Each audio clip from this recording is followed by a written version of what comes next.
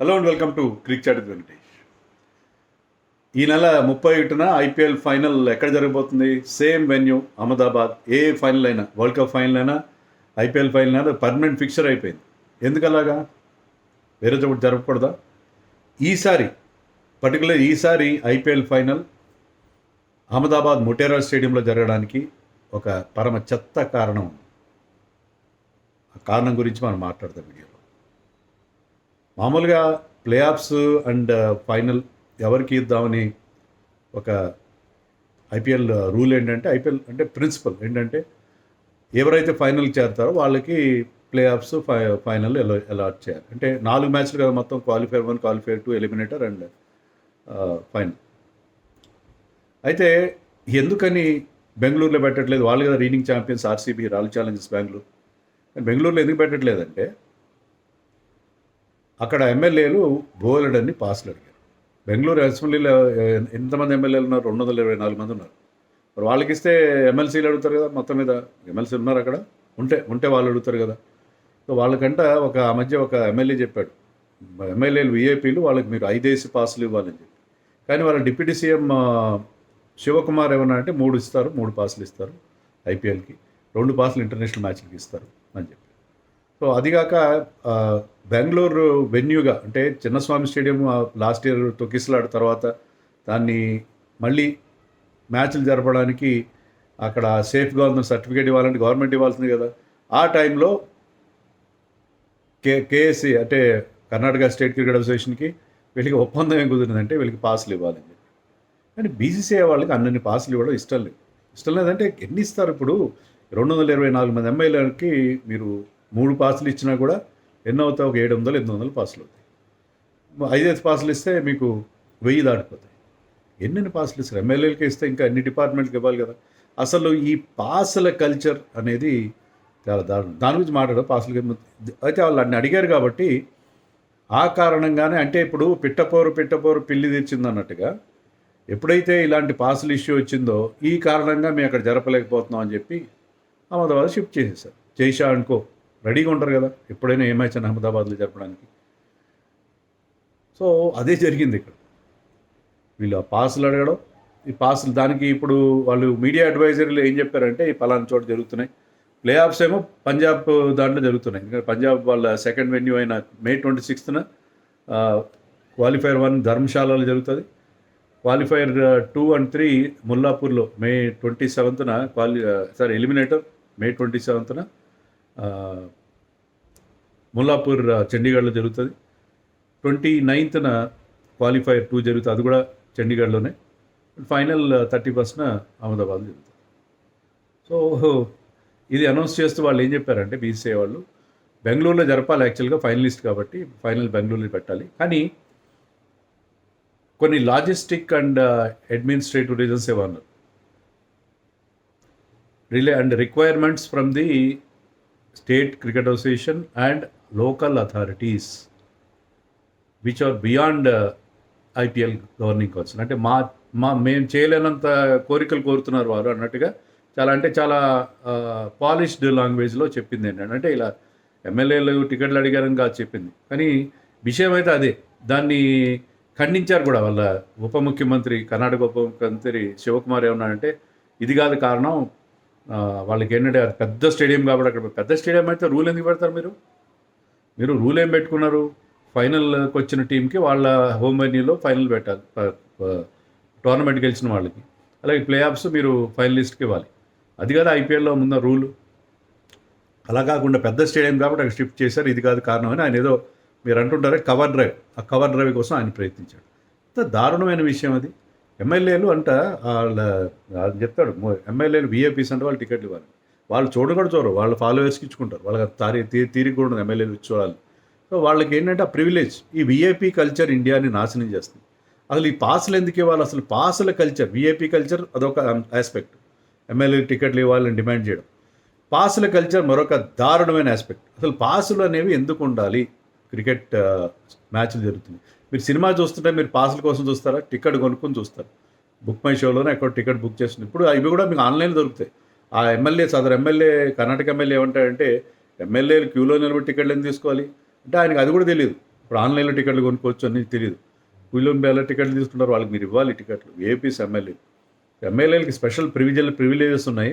Privileges మీ మీ పరిపాలనకు సంబంధించి, మీ అసెంబ్లీకి సంబంధించి మీకు ప్రివిలేజెస్ ఉంటాయి. మీరు ప్రజాప్రతినిధులు, మీకుండే ప్రివిలేజెస్ మీకు ఉంటాయి. కానీ ఇక్కడ అవసరం లేదు అవి. ఇక్కడ ఎందుకు ఉండాలి? ఎందుకు ఉండాల్సిన అవసరం ఉంది? నాకైతే అర్థం కాలేదు. పర్టికులర్లీ ఈ పాసుల కల్చర్ అనేది దారుణం. సరే ఇవ్వండి, ఎవరికి ఇస్తారు? మీ మీ క్లబ్స్ ఉంటాయి కదా, మీ అఫిలియేటెడ్ క్లబ్స్ ఉంటాయి, మీ క్రికెట్ అసోసియేషన్ అఫిలియేటెడ్ క్లబ్స్ వాళ్ళకి ఇవ్వండి. యంగ్ క్రికెటర్స్, ఆ క్లబ్స్ తరఫున ఆడుతున్న క్రికెటర్స్కి ఇవ్వండి. అంతవరకు పరిమితం చేయండి. వాళ్ళు మాత్రం వచ్చి చూసి వెళ్ళండి. వాళ్ళు మళ్ళీ అమ్ముకునేట్టుగా కాకుండా వాళ్ళు మాత్రం వచ్చేటట్టు చూసి వాళ్ళు మాత్రమే వచ్చేటట్టుగా ఎన్షూర్ చేసుకోండి. Check their IDs and only those people. క్రికెటర్స్కి ఇవ్వండి, ఆ క్లబ్స్ వాళ్ళకి ఇవ్వండి. అంతే తప్ప మిగతా వాళ్ళకి ఎందుకు పాసులు ఇవ్వాలి? ఈ సోకాల్డ్ సెలబ్రిటీస్ ఉంటారు, ఈ రాజకీయ నాయకులు, పెద్ద పెద్ద బిజినెస్ పీపుల్, తర్వాత ఫిలిం స్టార్స్, వీళ్ళందరూ కూడా పాసులు వాళ్ళకి ఆటోమేటిక్గా వెళ్ళిపోతాయి. పాసులు తీసుకుని వచ్చి వెళ్తారు. మనం కూడా ఏంటంటే ఎవరికి టికెట్లు కొనే అలవాటు ఉండదు. పాసులు వస్తాయి. ప్రతి ఒక్కరికి ఫోన్ చేస్తారు. క్రికెట్తో ఏమాత్రం చిన్న బీరకాయ సంబంధం ఉన్నా వాళ్ళకి ఫోన్ చేసి ఒక 4 పాసులు దొరుకుతాయి. మా ఫ్యామిలీ అంతా వెళ్ళాలనుకుంటే ఒక 6-7 పాసులు ఇప్పిస్తావా? నాకు అసలు పాసులు అంటేనే నాకు బీపీ పెరుగుతుంది. మా ఫ్యామిలీ అంతా వెళ్ళాలనుకుంటున్నా ఒక 6-7 పాసులు ఇస్తాను. ఫేస్బుక్ ఫ్రెండ్ ఎవరో మెసేజ్ పెడతాను నాకు ఫేస్బుక్లో. నాకు అతను ఎవరు కూడా తెలియదు. ఇలాంటివి చాలా దారుణాలు ఉంటాయి. అసలు పాసులు తీసుకుని ఎందుకు వెళ్ళాలి? టికెట్లు మీరు హాయిగా రాయల్గా బుక్ చేసుకోవచ్చు. మీరు ఆ టైంకి కరెక్ట్గా మీరు అలర్ట్గా ఉండి టికెట్లు బుక్ చేసుకుంటే చేసుకోవచ్చు. ఇంకోటి కూడా ఏంటంటే ఈ సోకాల్డ్ విఐపీస్ ఎవరైతే ఉన్నారో వాళ్ళకి మంచి కార్పొరేట్ బాక్సులు ఉంటాయి. అక్కడికి వెళ్ళి చూడండి, మీకు అవి దొరుకుతాయి. కార్పొరేట్ బాక్సులు వెళ్ళండి. మీరు కార్పొరేట్ బాక్సులు ప్రైవేట్ వే, అది వెళ్ళండి. తర్వాత మీకు హై డినామినేషన్ టికెట్లు ఉంటాయి, 10,000, 15,000. అక్కడ మీకు మీలాంటి రిచ్ అండ్ ఫేమస్ వాళ్ళే ఉంటారు. కొనుక్కొని చూసుకోండి. మీరు కొనుక్కోలేరా? సినిమా స్టార్స్, ఫిల్మ్స్, పొలిటీషియన్స్ టికెట్లు కొనుక్కోలేరా? వీళ్ళు ఎందుకు పాసుల కోసం చూస్తారు? పాసులు రావాలి, అది మాకు ఒక ప్రెస్టీజ్ ఇష్యూ. నాకు 4 పాసులు పంపించాడు, 2 ఎక్స్ట్రా నేను వస్తావా అంటే అని వాళ్ళు తమ పలుకుబడి పెంచుకుంటారు. అసలు ఈ పాసుల కల్చర్ ఎలా ఉంటుందంటే, మీకు ఈ అసోసియేషన్లో ఎలక్షన్లలో వీళ్ళు పాటుపడి వాళ్ళు ఇంత ఖర్చు పెట్టి వాటి కోసం, ఈ పదవుల కోసం, హెచ్సిఏ పదవుల కోసం కానీ, ఆంధ్ర క్రికెట్ అసోసియేషన్ పదవుల కోసం కానీ, ఎనీ స్టేట్ క్రికెట్ అసోసియేషన్ పదవుల కోసం, బీసీసీఐ పదవుల కోసం వీళ్ళందరూ బోళ్ళంత పాకులాడేది ఎందుకంటే పాసుల కోసం. పాసులు వస్తాయి, పాసులు వస్తే అవి తమకు కావాల్సిన వాళ్ళందరికీ డిస్ట్రిబ్యూట్ చేసుకుని అలా పలుకుబడి పెంచుకుంటారు. ఈ పలుకుబడి పెంచుకోవడం కోసం ఈ పాసుల కల్చర్ ఉంది. దానివల్ల ఏంటంటే ఈ అసోసియేషన్ వాళ్ళు ఎన్ని తప్పులు చేసినా, ఎన్ని కేసులు ఉన్నా వీళ్ళ మీద ఎవరు శిక్షలు ఏంటంటే గవర్నమెంట్ ఏజెన్సీస్ వాళ్ళ మీద నిఘా వేయాలి, వాళ్ళ మీద శిక్షలు విధించాలి. కానీ ఎంక్వైరీలు చేస్తారు, కానీ వాళ్ళకి అన్ని పాసులు అందే కదా. సాఫ్ట్ కార్నర్ ఉంటుంది కాబట్టి వీళ్ళ మీద ఏసీబీ కేసులు ఉంటాయి, కానీ ఛార్జ్ షీట్లు అవ్వవి, కేసు ఫైల్ చేయరు, ఛార్జ్ షీట్ చేయరు. ఏసీబీ కేసులు మాత్రం పెడతారు, ఎంక్వైరీ జరిగితే ఛార్జ్ షీట్ వేయరు. ఎందుకంటే వాళ్ళు పాసులు వస్తాయి, వాళ్ళు ప్రతి మ్యాచ్కి బోల్డెన్ పాసులు వస్తాయి. సో పోలీస్ వాళ్ళు హ్యాపీ. అంటే జనరల్గా చెప్తున్నాను, పలానా వారని చెప్పట్లేదు. పాసులు వస్తాయి అన్ని డిపార్ట్మెంట్లో. జిహెచ్ఎంసీ వాళ్ళైతే నీళ్లు కట్టు, ఎలక్ట్రిసిటీ కట్టు, ట్యాక్సెస్ వాళ్ళకి ట్యాక్స్ కట్టమని నోటీసులు ఇస్తారు. నాకు తెలుసు, because I work in that department. ఇలాంటివన్నీ ఏంటంటే మాకు పాసులు ఇస్తావా చస్తావా అని గవర్నమెంట్ ఏజెన్సీలు అడుగుతాయి. వీళ్ళు కూడా పాసులు పంచుకుంటూ పలుకుబడి పెంచుకుంటారు. ఒకనొక హెచ్సిఏ ప్రెసిడెంట్, పేరెందుకులేండి, ఆయన సన్ రైజర్స్ని పాసులు అడిగి నాకు ఇన్ని 3,000 పాసులు ఇస్తావా లేదా అని డిమాండ్ చేసి అబాస్పాలే. దానివల్ల ప్రభుత్వం అతని మీద ఎంక్వైరీ చేసి, ఆ ఎంక్వైరీలు ఏవో కొన్ని లోపాలు బయటపడి జైలుకి వెళ్ళి అనవసరంగా కెలుక్కున్నాడు. ఇలాంటివన్నీ పాసులు అనే కల్చర్ అనేది తీసేస్తే ఎంత హాయిగా ఉంటుందంటే అంత హాయిగా ఉంటుంది. ఈ పాసుల కల్చర్ వల్లనే ఈ జాడ్యం వచ్చింది. అందుకే నేను ఎప్పుడు చెప్తాను కదా, నేను ఎవరిని ఒక్క కాంప్లిమెంటరీ పాస్ అడగను. టికెట్ కొనుక్కొని చూస్తాను. అందరు నన్ను వీడు వేస్ట్ గాడు అనుకుంటారు. వీడు క్రికెట్ గురించి అన్నీ మాట్లాడతాడు, అన్నీ చేస్తాడు, ఎప్పటి నుంచో ఫీల్డ్లో ఉన్నాడు, ఒక్క పాస్ ఇప్పుడంటే ఇప్పించట్లేదు అని చెప్పి చాలామంది లోపల తిట్టుకుంటారు. నా ముందు అన్నారు, నన్ను చాలామంది అడుగుతారు, చాలామంది అడగడం కూడా మానేశారు. ఎందుకంటే ఓవర్ ది ఇయర్స్ మొదట్లో బాగా అడిగేవారు, ఇప్పుడు అడగడం కూడా మానేశారు.